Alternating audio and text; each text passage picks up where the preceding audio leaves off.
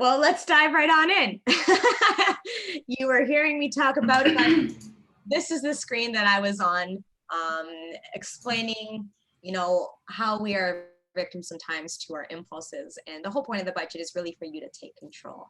It's the intention that you're putting behind these conscious financial decisions that are going to allow you to build wealth in the long run. Like I said, this is the basis of all things financial savvy. And I think this next quote here really says a lot. Financial literacy isn't a byproduct of wealth. Wealth is a side effect of being financially literate. So if you can't manage $100, then what makes you think that if you come into more money, how will you manage $10,000 successfully? A lot of us feel like, if we don't have a lot of money, why bother budgeting? It's not even a lot. Well, that's where it begins. And honestly, that's why in a lot of cases, individuals who win the lottery and hit it big often end up blowing it very quickly with nothing to show for it in the end, because it's not something that they were practicing before, having control of their money, budgeting, etc. And so they come into a large sum. Does that suddenly teach them how to be good at money because they have it? Absolutely not. So financial literacy is where it begins, and that's how you build wealth, sustainable wealth. So let's talk a bit about what budgeting specifically can do for you. First and foremost, it keeps your money organized. Sometimes we walk around with an idea of what we have available to spend, but often I think that's, based on a lot of assumptions. And a budget really allows you to see the numbers exactly for what they are and what's going on, and allow you from there to decide what that money is going to do for you. A budget is going to help you plan and project. So once you write it all down and you face your numbers and you see what they are, well, now you can put it to work. And typically a budget can work in one of two directions, depending what your circumstances are like. So if you have a fixed income, an ongoing, regular, steady paycheck, you're going to be using a budget primarily to help you assign how you'll be spending those dollars. And you're going to assign a purpose to each and every dollar you receive. But not all of us have that luxury, myself included. Where my income is sporadic, I do not have a regular, steady paycheck, but I do have a pretty good idea of what my monthly expenses are and what my typical spending is like. So in my case, I often use a budget to work in the other direction. I start with my expenses, and from there, it dictates exactly how much it takes to, make that come to fruition. How much do I need to earn? How many clients do I need to have this month? What kind of effort do I need to put out there? So a budget is really, really helpful in helping you understand how to spend your money, but also how much money do you need to be earning if it's, an income problem. If the expenses are fixed and pretty much unchanging, and you're usually feeling pretty tight and there's not a lot of room to cut those expenses, then maybe the budget is what's informing you that what needs addressing is your income. And it shows you exactly how much you need to make. So once you have either one of those two goals laid out for yourself, a budget is going to help you stay on track. Ultimately, we can set out a ton of goals for ourselves, but if we have no means of actually seeing whether the budget that we intended for the month is something that we stuck to happened. And a budget should ideally, and you'll see this later when I work through a budget live with you, it lets you compare what you intended for the month and how it's actually going. And that's the big key thing here, is being able to track your progress and ensure that you're actually on track and remaining in control of what you set out to do. Additionally, this can be a really great tool for staying in tune with those around you, your spouse, other roommates. If you live with roommates and you share a lot of expenses, you might want to have a household budget to keep things on track and have a means of communicating what's going on. Some of you, I imagine, are probably mothers and you have kids. And a budget can be a really great way to introduce the concept of money to your kids and how to manage money and what it means to manage money. I think sometimes when for really young children, they don't quite get that it takes something to earn the money to begin with. They just know that mom and dad buy things when the things need to be bought. But what does that mean? What does it take to earn that money, and what's involved in spending it? There's an emotional component, there's a strategic component to it. It can be a really great tool to sit with your child and maybe even do something like, okay, well, mommy's got $200 and we're going grocery shopping today, and these are all the things that mommy needs. And maybe you set out an idea of what those things may cost, and it's a little activity that you can do together and help the child appreciate the fact that you don't just walk into the grocery store and buy everything and anything. You go in there with intention. And it's sometimes just talking about it and saying words like that, like intention, and what can we afford to buy today? What is a priority for us to spend our money on? Using certain words and phrases to instill these ideas that there is conscious thoughts and control going into money management. That's something that you would love to instill at a very young age.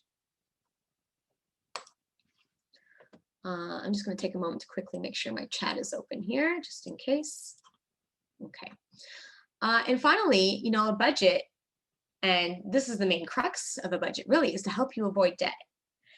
Ultimately, I feel like when people think about a budget, they think of something that is very, I don't know, very tight, very frugal and unfun, and it's a very strict thing.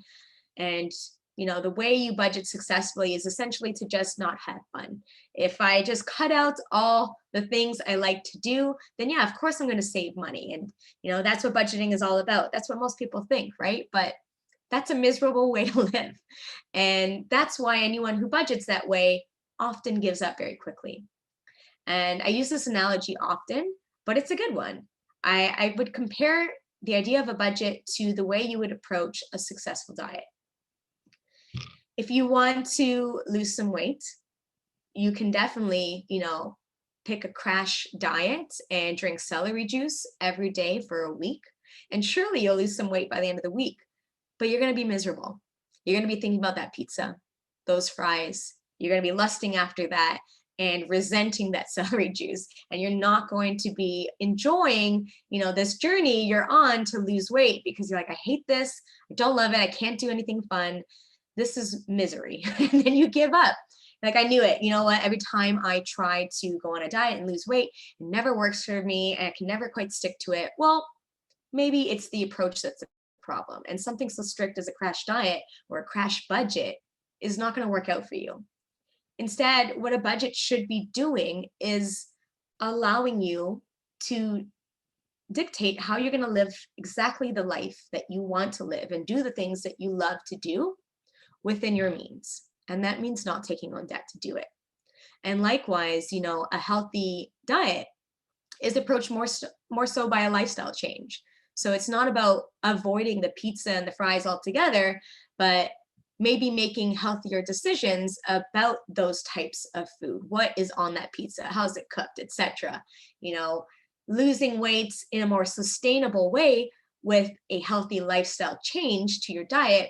And likewise, controlling your finances in a sustainable way and saving money in a sustainable way, because you're doing the things that you love. You're making room for the spice of life in your budget, but you're doing it within your means, and you're not having to borrow from anyone to do so.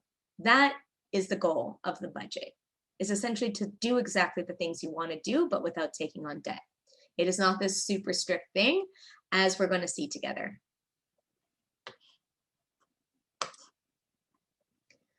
So there are a few methods that you can use to create a budget. One is the good old-fashioned pen and paper. One is a Google Excel spreadsheet. I will actually be working through an Excel spreadsheet with you today.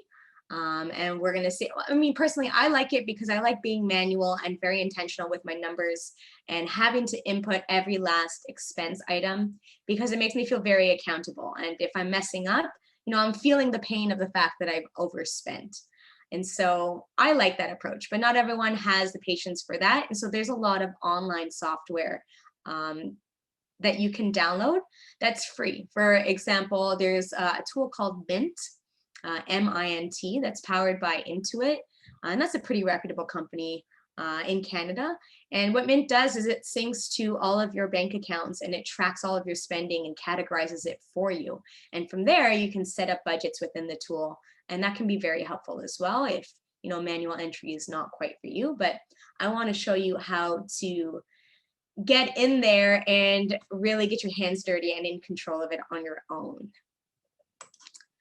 So before we talk about budgeting on an irregular income, I want to show you what a budget looks like and what it means to me. So I'm going to switch my share to a different window here for a moment. Can we confirm that we're seeing an Excel spreadsheet? Yep. Perfect, thank you.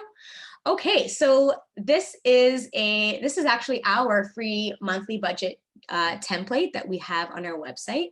So if you like it, you can go and download it after the fact, but I want to show you how to work through it. And you can see I've already kind of pre-filled some numbers here. So let's work through this scenario. We are looking at someone who earns $5,000 a month from their employment, and they get paid bi-weekly. You can see my little formula. They actually get paid twice a month, $2,500 twice a month. So I put that in there. Great, $5,000. So this is one of those scenarios where they're using a budget to take what they know that they're going to earn and allocate it according to what they want to spend it on. So there's two main parts to your spending. There's the fixed and mandatory expenses, and that's everything that you see up here. So these are all the things that are pretty much non-negotiable. You know, the things that are necessary for living, like being able to sustain a roof over your head, being able to get around, and being able to feed yourself, specifically groceries, because dining out and delivery is not an essential. That's in the discretionary category, so I'll get to that. But groceries is in here because we know at a minimum we got to eat. And then you have things like your ongoing bills. So your phone bill, any insurance policies, subscriptions that you have, if you're hiring a Make Sense coach or another coach or service that you subscribe to, etc. These are all the things that you know are going to be recurring every single month. And for the most part, there's no wavering between that. So that's fixed and we know it's going to happen. So we need to write that down. And then we have our debts as well. At a minimum, you've got to pay the minimums. But of course, if you want to make any serious headway on your debts, you should be aiming for more than the minimums here. In this scenario, I played out a case where let's assume this individual has some OSAP debt and a line of credit. And I put these at the minimums here because those are typically lower interest debts. But they also have a credit card. And let's pretend that this is at something like $2,500. And this individual wants to make some serious headway. So they're paying more than just the minimums here. And they're prioritizing this credit card. And in fact, there's a name to that. And it's called the debt avalanche method. So the debt avalanche method is a means where you organize your debts from highest interest rate to the lowest. And whatever your monthly debt budget is, in this case, we have here $850 between what I've allocated. So this individual is ready to spend $850 on their debt each month, but they're gonna put the minimums on those lower interest debts and pile the rest onto that expensive 19% interest credit card. And once that debt is gone, their debt budget doesn't just go down to $350. In fact, now they're taking that $500 and applying it to the next highest interest debt. And that would be this one here. So this one actually would turn into $650. So their entire debt budget of $850 remains the same. But you can see that with this approach, you're prioritizing your efforts. For any of you in the room today who have quite a bit of debt, a lot of different debts, and you find yourself, you know, making payments in every direction, and not even small payments, like you're really trying to pay down those debts, but you feel like you end each and every month like, what the hell? I feel like, none of these balances have changed whatsoever. And the truth is they probably haven't really changed much, despite the fact that you're putting a lot of money out there towards those debts. Because typically, you know, interest goes a long way in depleting your efforts, your debt repayment efforts. So we really need to make the conscious choice to make a large headway on one debt at a time to really see your efforts pay off. It's just like trying to multitask and do, like imagine trying to write 2 different papers at the same time simultaneously. You might get a word in here on this screen, a word here on that screen, but you're not really making progress on either paper. You need to dedicate your focus, time, attention, and energy into one thing at a time. And that's how you really see progress. So that was a bit of a deeper dive into debts, but I'm sure it's on a lot of your minds. So that's what's happening in this scenario here. This person is prioritizing their credit card. But you'll see that savings is also up in this mandatory expense category. And that's intentional because the way I see it, your savings should be treated as a mandatory bill that is non-negotiable and needs to get paid. And this is, you know, mindset goes a long way in helping you to save more. Because at the end of the day, future you wants to live a good life, but present you needs to foot the bill. No one else is going to do it. So future you wants that house, wants to go back to school, wants to live comfortably in retirement. Present you needs to pay the bill today. And as far as I'm concerned, that's a pretty important thing and it's non-negotiable. So it's up here in your fixed expenses. So these main categories, your primary living needs, those ongoing bills that are recurring and fixed, and then debt and savings. Those are all the things that you're going to allocate your money to first. So I've already allocated some amounts to this. Now, what's left for fun? Literally as I wrote it here. And this is how I'd like you to actually approach the idea of a budget and how simple it can be for you. At the end of the day, I have allocated some numbers here, but that's not necessary. Because I think in a lot of cases, when we try to budget and we get way too specific with all of these individual categories, you may have heard like the envelope method, for example, where you have fixed amount of cash for each thing in your life, exactly $200 for dining out. I have exactly $300 for personal shopping or whatever it may be. And that's fine, and that may work, but the truth is, if you think about it, our wants, needs, and desires, what makes us happy, that changes and varies from week to week, month to month. You know, patios have reopened. So I have been prioritizing my discretionary spending to that, to enjoying myself on patios. But last month, that was not the case, in the month prior. And it didn't make sense for me to allocate such a big amount of my money towards just that and say that it can't be used for anything else. And in a lot of cases, you know, spending under the category is one thing. But if you say that, okay, I set $200 a month budget for dining out always, every single month, and that's the budget I want to stick to, well, I'd be pretty upset right now because I just spent $70 on a patio yesterday. So I'm already almost halfway through my budget for the whole month in just a day because my priorities have changed this month. And so the moment I overspend in that one category, you know, mentally, I'm feeling like a bit of a failure because I already messed up. I said I'd only spend this amount in this category. Well, now I spent more. Even though in the grand scheme of things, I might not yet have blown the whole budget and gone into debt, but it's a mental thing when you see yourself fail in one category, you're already down on yourself and kind of believing and repeating that negative narrative in your head that, see, I knew it. I'm bad at budgeting. I just knew it. Like I said, I was going to spend this amount and I already spent more. I have no control. I'm awful at this. You know what? It's not your fault. It's just your approach. And we need a simpler approach. And that was the title of this webinar. So I want to make it simple for you. And that's just looking at this one number here.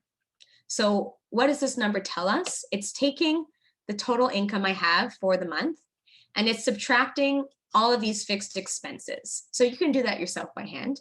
Whatever you earn minus these fixed mandatory expenses. Okay, what's left? That is your budget.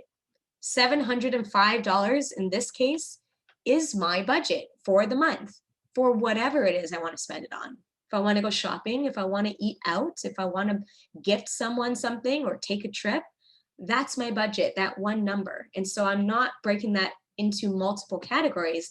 I know that this one catch-all number is what I have to spend. And that's a really good number to know, because if we consider the fact that all of this is pretty much fixed and recurring and non-negotiable, like, yes, sure, we can modify what we put in our savings, but if you decided to put these amounts in savings intentionally because you have a certain goal and you want to stick to that goal, you have to assume that this can't be budged. You don't want to, because you want to hit your goal. So everything here is non-negotiable. That means I don't actually have $5,000 to spend, even though that's what I'm earning.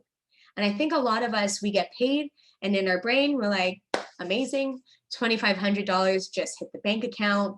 I got $2,500 to spend. What's next? What am I going to get up to today? That's not true. Because of that $5,000, I deleted this. So this number here represents the total of what I have laid out here. So of that $5,000, I've told myself in this budget that about $4,300 of it is not actually mine. It's not for me. It already has a job and a function, and it's not actually mine to spend. So even though I'm earning $5K a month, I don't have $5K a month to spend.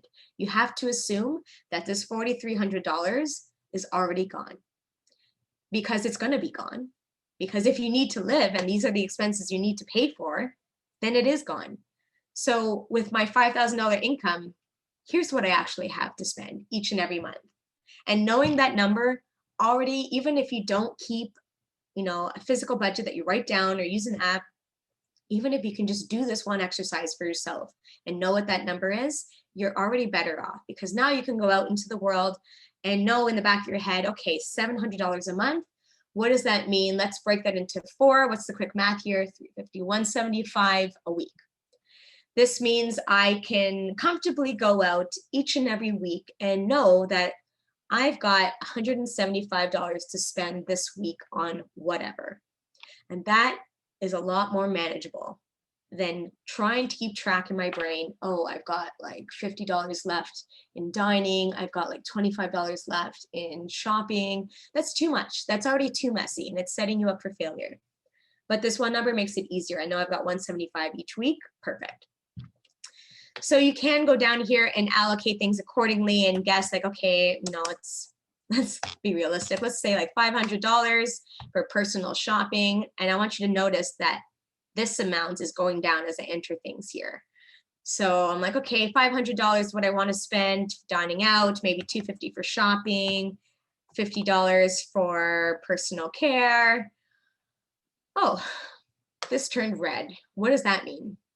This means that I've already, based on how I think I'd like to spend my month in terms of having fun, this already tells me that you can't afford it. You are $95 beyond your means. Okay, back to the drawing board. So now I'm able to look at this to really decide, okay, is this meaningful? Like, I can set all of this out in my head and just have it separately, but does it actually add up? So we can change the numbers now and be like, okay, $95, where can I afford it? Well, maybe I don't need a pedicure this month, so I'll get rid of that. Great. You know what? I have enough summer clothes. The truth is, I barely leave my house because now I'm used to being in a pandemic. So maybe I don't need to shop as much. Let's trim this down to like 100. Okay, that makes me feel better. Now I know that if I can just sort of stick to this roughly, 500 for dining, 100 for shopping, but I know I have 700 overall, I should still end the month on top of things. But there is actually one thing that we missed out. And when you're doing this budget, you have to account for the fact that you actually have cash already in your checking account available to be included as income that's there for you to spend. So let's assume that I have $1,000 in my checking account. Okay, good. Well, that makes me feel better. I've got a lot more wiggle room. And you know what? I'm going to leave that as is because I've already allocated for this. I want to see how things go. And then maybe by the end of the month, if I actually do end the month with $1,000 to spare, then maybe I'll decide to dump more into savings or debts, but we'll see. And now that's where this other column comes into play. At the start of the month, you set this up as your intentions for the month. In the Inner Village, every morning, we are affirming those beautiful intentions that are being put up there in the group. Well, the same is true for your money. Each and every month, you want to sit down and put out your intention, your financial intentions for the month. And that's what these projections display. And then as you actually go throughout the month, you're going to put, okay, well, rent came out, etc. You're going to write things down as it actually happens. Put, okay, I got one paycheck so far, great, and rent came out. So now you can see what you actually have, how much income you've received. I should also put the fact that there's a checking account balance. You can see how much you've actually received to this date and what you have actually spent so far and where you're sitting at. So now I'm able to compare these two columns to each other and see how they add up. Maybe I end up spending more than I intended to, because let's just assume that I spend exactly these amounts. So I'm just going to drag that over for a moment. But then the month goes by, and let's assume I've gotten my second paycheck. So now I'm at 5,000. I dined out a lot more than I thought. I ended up shopping anyway because I saw that, hey, well, I've got this checking account balance. And then I even went out and went to an event, spent some money to host some people, whatever it may be. Okay, so here's how it actually went. Here's how I thought the month would end with $1,100 to spare. Here's how it actually ended. But you know what? I'm not down on myself about this, because at the end of the day, I might have spent more than I intended, but I still spent within my means. And I don't need to feel guilty, even if I had spent every last dollar of that. Even if I went and I did end up getting some spa treatments after all, and then I did end up going back to the restaurants and did some more dining out, that's fine. I've nearly used up all of my balance, but you know what? I don't feel too bad about it, because I treated my future like a bill that needed to get paid. I already took care of that. I already took care of my debts, my savings, and all my bills. So what if you spend more than you intended in all the other areas? Because what matters is that you're in the black. And even if you bring this down to zero, that's fine. You didn't take on debt, and that is the point of the budget here.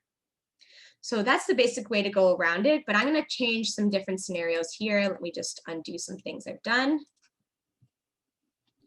Cindy, we have a question from Simi in the chat as well. Can you please explain the credit card line? I don't understand this amount. So what I'm illustrating here is my repayments to a pre-existing credit card debt. This should not be seen as, okay, what purchases am I putting on my credit card? This isn't saying, okay, I'm spending $5 of new purchases onto my credit card. This is me saying I have a pre-existing debt, and we're just going to call it $2,500. Maybe I'll just put that in brackets, is what I owe to my credit card. And I am dedicating $500 to repay that balance this month. So by the time the month ends, ideally now next month, I can be like, cool, now we're only at 2,000. And based on this rate, 4 more months until it's fully paid off. Awesome. Okay, cool. So I mentioned how to budget on an irregular income. Not all of you are, able to afford afford the luxury of a regular paycheck because of what you do, and you freelance, or the nature of your work is just sporadic anyway. So we don't have the luxury of knowing exactly what we're going to earn. So in that case, you want to work off of a reasonable history of what you know. I'm just clearing some numbers here to tidy things up. Okay, all of these fixed amounts are still the same. And let's still assume we have $1,000 starting in our checking account. Well, as a freelancer, I'm feeling pretty nervous because, statistically, there were months, and this is just an example, there were months where I earned only like $3,000, and there were months where I earned like $8,000. Okay, well, let's work with that. Actually, that might be a bad example based on my expenses here. Let's see. No, actually, we can work with that. Let's call it $3,500 was a low month for me. Okay, so I know that in my past, that's a worst case scenario. And there's a best case scenario that I might make $8K this month, but I don't want to assume that because I might be setting myself up for failure if I assume that I have that much money. So when you're doing this, you want to start with that worst case scenario, $3,500. Or actually, I want to make it interesting. Let's actually say $3,000. Okay, well, right off the bat, this is telling me that I can't afford my month if I only earn $3,000. And that's already assuming that I have $1,000 in my checking account balance to start. Because we can see based on just the fixed expenses I've allocated, my fixed expenses are almost $4,300. So $3,000 is just not enough. How do I find a way to earn another $1,300? And maybe in the back of your head, you can compute that into how many clients does that mean for me? So if you charge your client something like $250 a month, okay, so that means about 5 clients that I need to take on this month to at least afford the difference of that extra $1,300. But you're looking at this and right off the bat, you want to make some adjustments and set yourself up for success. So maybe I'm going to tweak this amount. I have an amount that I'm allocating towards a slush fund, an emergency fund. Let me clarify what I mean by that. Slush fund is savings that you're setting aside to be spent within the year. So especially when you are a freelancer, you want to have money that you can draw on in these low months. An emergency fund can function that way too. Slush fund in particular is a little bit more loose because it's something like, I know that I have an expensive annual renewal coming up. That's a big expense. I want to save up for it in advance and have a means of pulling from income when it comes up.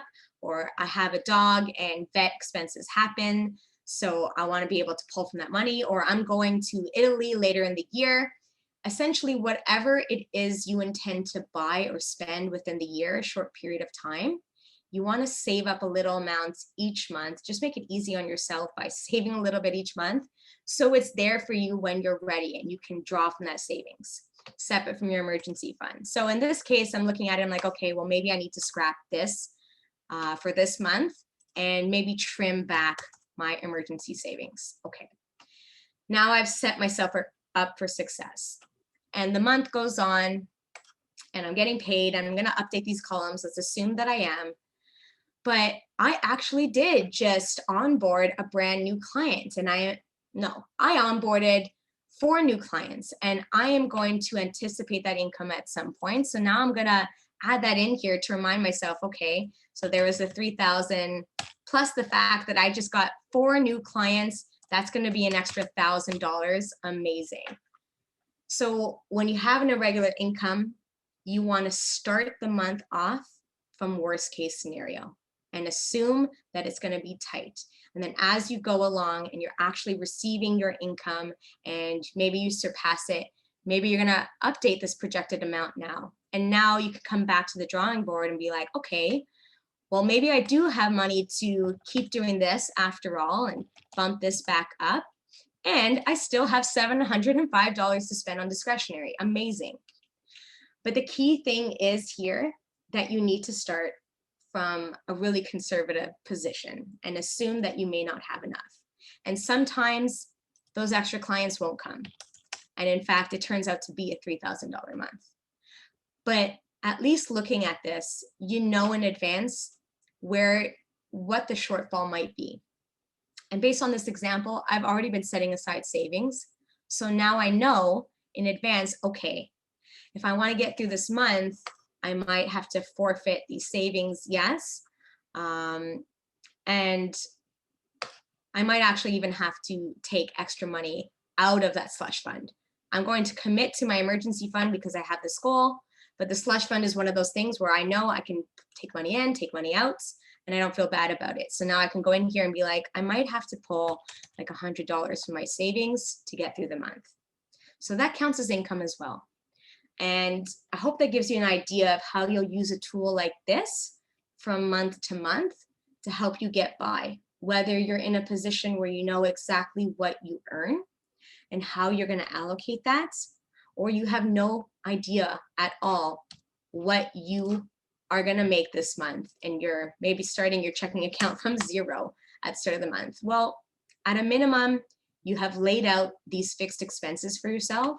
So now you know what your target is. Okay, I would love to know what I earn and then allocate what I'm going to spend on. But in this case, I know what I need to spend on. So now I can allocate my efforts this month to hitting my $4,000 target. That's what I need to hit. And this has just become a very informative tool for me to know how to go into this month and allocate my efforts and spending. I love these comments here about the slush fund. Yeah, the slush fund is really, really key because I think that there is a lot of, again, like it's the negative self-talk when you have to withdraw from your savings. I deal with a lot of clients who take that as a failure because you're like, oh, I hate the fact that, you know, it was a tough month and I had to draw from my savings because, well, you know, like my computer broke down and I just really needed to get it fixed. So I didn't mean to overspend. And I'm like, whoa, slow down. You know, these things happen. And don't forget, we set up this slush fund exactly for these moments. So you don't need to beat yourself up and feel like a failure for having taken from your savings. This is a moment to pat yourself on the back and be like, yes, I did it. Thank God for me having set that money aside because now I'm able to pull from it when I need it. And I knew that a moment like this would happen. And here it is. And voila, I actually have the money to pull from and put towards this purchase so that I don't have to put that laptop repair on my credit card. Because right now I am so focused on clearing this credit card. The last thing I want to do is to put it on debt, add more debt. Let me tell you one thing. If it comes between, you know, you're running a bit tight and you have to choose between, okay, maybe I'll just put on my credit card for now, but hopefully I can pay this off in a week when I get paid. Or, well, I have some savings. Ideally, I don't want to touch it, but it's there. You know what? The better option is to choose your savings because your debt is a guaranteed, you know, negative interest rate return to you. And maybe you might not get around to paying it off. And now you've just solidified the fact that you've added more debt, backtracked on your goals, and you're going to be charged more due to the interest versus just capitalizing on the fact that you've done yourself the favor and saved up a slush fund for a moment just like this. So don't beat yourselves up. Build up a slush fund, put it in a regular savings account. Do not invest it. You do not want it to be exposed to market risk. You want it available when you need it. Same with your emergency fund. That should be in a regular savings account or high interest savings account, not invested because we don't know when an emergency is going to happen. All my clients could cancel on me and then I'll have no income. And that's when the emergency fund comes into play. So you don't want those invested. Okay. I want to move on to a bigger picture now. I showed you how to budget month to month and how to deal with the present, short-term future. What about the grand scheme of things? The year at a glance. And that is a tool that we have at Make Sense. And I'm going to share a new screen here. And we call this our Make Sense Money Master Plan. And I know there's a lot of numbers on the screen right now. Let's not get overwhelmed by this. But this is an example of some numbers of another client that I have. And we started in April together. And so we have projected her expenses for the whole year at a glance. And we laid it all out. There's a lot of things that she knows, like we set some savings goals together. And we have all of her fixed expenses that she knows are going to come out.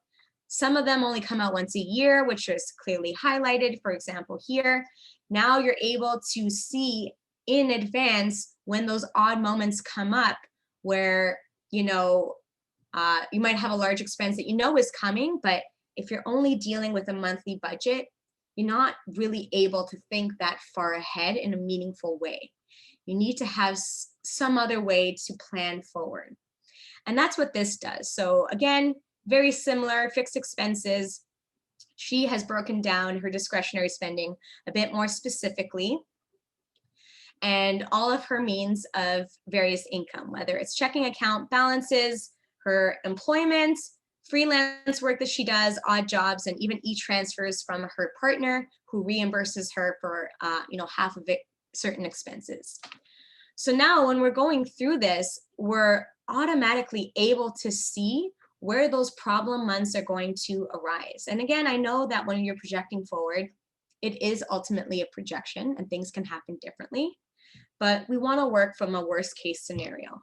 And according to this, we can already see that, okay, May is going to be slightly tight. July and August, definitely something needs to happen there because I'm going to be about $500 short.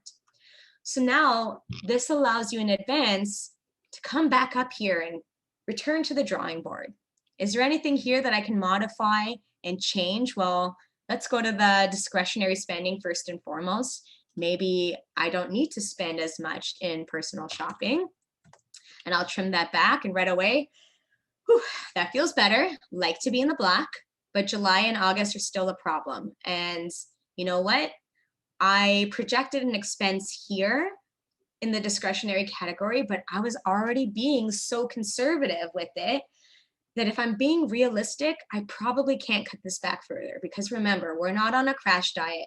This isn't celery juice. I want to enjoy my life, especially the fact that it's July and August.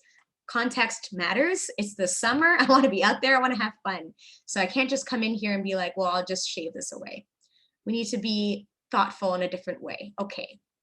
Well, we had big goals for savings and particular means of savings into various accounts. So now this is telling me maybe I need to just cool it this month and cut this back a bit. Can I afford it? Oh, okay. That brings me into the black, but that's not a lot of wiggle room. Okay, maybe I need to be more realistic and say 250. Because that makes me feel a little bit better. And I don't want to see it too close for zero, because I want to account for the fact that real life is messy and doesn't always go as planned. So now this tool becomes very useful because you're able to pinpoint ahead of time where these problem months arise and whether your goals are realistic. So let's erase all of this for a second. Come down here, we see we're in the black. And I'm going to say that, okay, well, I want to set aside like $5,000 by the end of the year. So I'm going to come here. Well, June's almost done. I'm going to come here to July now and say, okay, can I make $5,000 happen? What do I have here? I've got 6 months to do it. I'm going to pull up a calculator real quick. 5,000 divided by 6. It's going to take about 830. Let's see if I can do that. I'm going to put 830 here each month until December. And that's about $5,000. Now the grand unveiling, I'm going to scroll down. Can I afford this goal? It looks like during the summer months and the start of fall, I might be taking off more than I can chew. And that's very meaningful, because in our last workshop, we spent all that time talking about goals and what it takes to spell out very meaningful and clear goals that are specific and attainable. Well, how do you know if they're attainable? No, sometimes it's easy to figure out what that number is, like, okay, 830 a month. Yeah, that feels attainable. Like, it seems right. It makes sense to me. Okay, I'll stick to that. But is it actually attainable? That part actually takes a bit more work. And that's what this tool is trying to provide for you. Help you make sense of your goals and whether it's realistic and what needs to be done to actually make it work. So I already see that a lot needs to change here. I need to scale back. I need to be a bit more realistic in my approach during these months. So I scroll down and I've now put myself in the black, and maybe I see that, okay, that's quite a bit of wiggle room. In fact, I've got quite a lot in October and November. Maybe I boost things in those months. But the point is, I want you to see the power in being able to see how your numbers and actions today affect you months down the line. So if I happen to land a gig in April, let's just pretend we're in April, and I just earned myself an extra $1,500 right away. I don't know if it translated. Yeah, right away, we can see how this changes and everything else changes as well. I have a formula here. Let me drag this over. There we go. So we can see how the fact that, where did I put that in here? I took on an extra $1,500. Let's delete that for a second, remind ourselves where we were at. And an extra $1,500 automatically gave me this larger surplus in all of these months going forward, if we assume that everything else goes according to plan. And that's super, super meaningful. And I want to show you through the rest of this tool briefly as well, because I'm sure many of you have debts. So we also have a very helpful debt tracker. We're up top. I just listed out some sample debts, what the interest rates are, what I'm paying towards it. And now I have this helpful formula that I've created here to help me understand, based on this rate, when do I become debt-free? And if I scroll down, all of this will automatically populate from what's up here and show you exactly month to month what your balances are going to be and which months you become debt-free and ditch those debts, and a nice little chart here to also see that progress happen. So this can be very helpful as well, because maybe I can use it in a different way where 1.5 years sounds nice, but I'd like to do this faster. So how do I make that happen? Well, maybe I increase my total amounts to, maybe I'll double this, and I'll double that. And oh, look, now within a year, I can be debt-free. Love that. So now I'm going to take these amounts that I said are my targets, and I'll go ahead and plug them in here into these appropriate debts. And I'm going to drag it across the year, and I'm going to scroll down and see, can I afford this? So this is becoming a very, very helpful tool in so many different ways, very comprehensive and holistic, because now it's allowing me to pull from, first of all, helping me set my goal to how quickly can I become debt-free and what does it take? Now, can I afford that goal? Let me plug it in and see if it's realistic. So we also have a page here. This is just blank because it's a template, but your coach, if you choose to work with a coach, will spell out, what are our main goals, and month to month, what are you working on? What am I working on as your coach? And you're checking it off as you go and you're completing things. You have a means of keeping track of all of your wins and milestones that you hit each and every month, the things that you want to celebrate, because we want you to celebrate. If you are hitting all your goals, we're not going to say, hey, remember, if you want to save, don't dine out. No way. If you're hitting your goals, we want to bring attention to that and be like, well, how will you celebrate? Do you have room in your budget to go treat yourself to a nice steak dinner at the keg? Let's do that. Put that down. Let's acknowledge what you've done here. And then also an area to make note to yourself, what am I struggling with? And then your coach can come in here and also see that and have that be a touch point for what you're going to address next. So the reason I'm bringing up this tool, it's not just to put a very elaborate spreadsheet in front of your face, because I'm not expecting any of you to replicate this, and you don't need to, because this is something that we offer. And in fact, my partner Brittany and I are very happy to extend to all members at the Inner Village a 25% discount on this plan. So if you work with your coach, you'll sit with them for up to 3 hours in total throughout the month, where we work through all of your goals, and your coach is going to spell all of that out into meaningful numbers on that tool and fill out that goals and game plan page that I showed you with all of your action items each and every month. Here are the things you need to do to hit your goals and be on your way to achieving what you're trying to do. So thank you, Benita, for making note of that. And Brittany, the link is there. She just dropped it in the chat. But I hope that, for those of you who may feel afraid of spreadsheets and overwhelmed by that, I hope that at a minimum, with that simple, clean monthly budget tracker, that has now become something that's approachable for you to make sense of your numbers. And if you take nothing else away from this, is just, again, find that magic number, your magic discretionary spending number, your income minus all of your mandatory expenses, savings and debts are included. What's left? That's your budget. That's the one number you need to hold on to and have in your brain without overcomplicating your life. And if you're ready to dive in and take it further and really see the big picture and dive into all of the other amazing goals you have, reach out to us and let us help you make sense of your money. That's what we do. That's why we rebranded to Make Sense. It's not just a cute wordplay. We are so serious about it. We want to make this simple, approachable, easy, and feel really freaking good too while you're at it. So thank you everyone for attending. I'm seeing some of your comments here. I really appreciate it. And I look forward to returning again. A lot of great stuff coming and more collaborations between our community and yours. And with that, I'll hand it back to Benita to end things off. Thank you. Kim just has a comment for you. What are 3 takeaways for someone who wants to build and stick to a budget?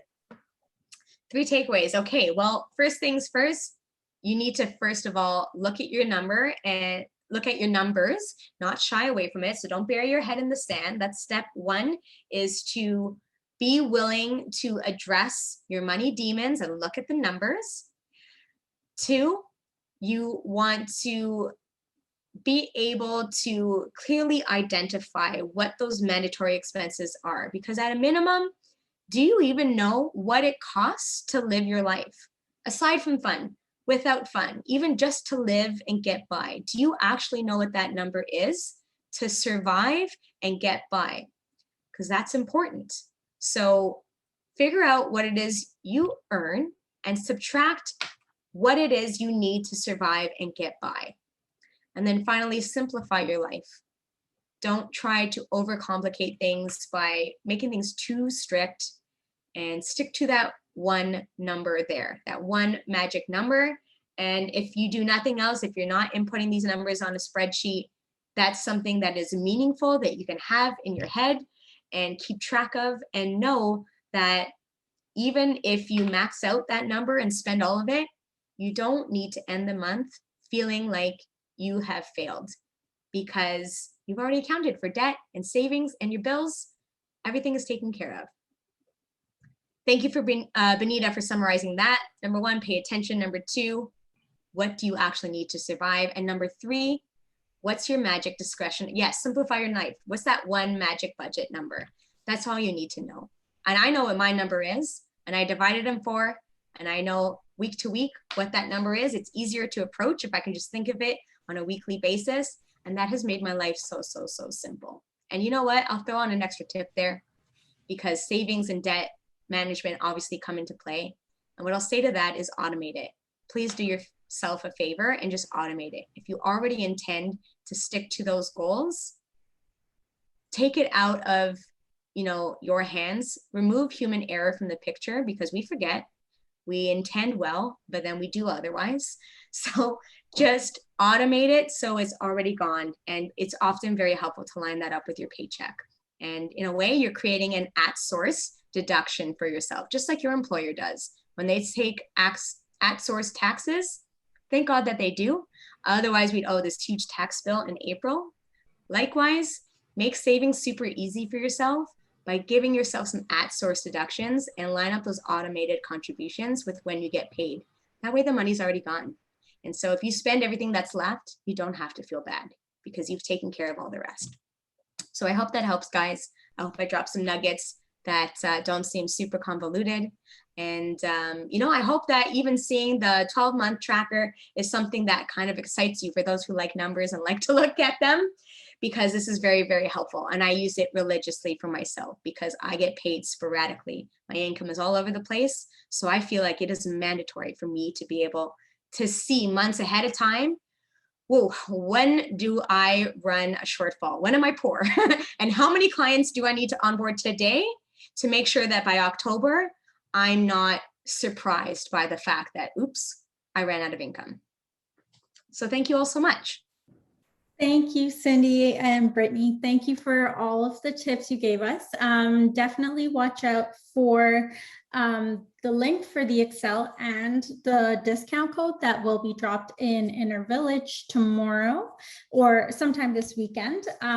This is going to be recorded and we will have it on demand for you guys to listen to, definitely. Don't forget that I'm part of the Inner Village. So if you want to contact me directly with a question, something that you feel confused about from the session or in general, just touch base with me. I'm very happy to help.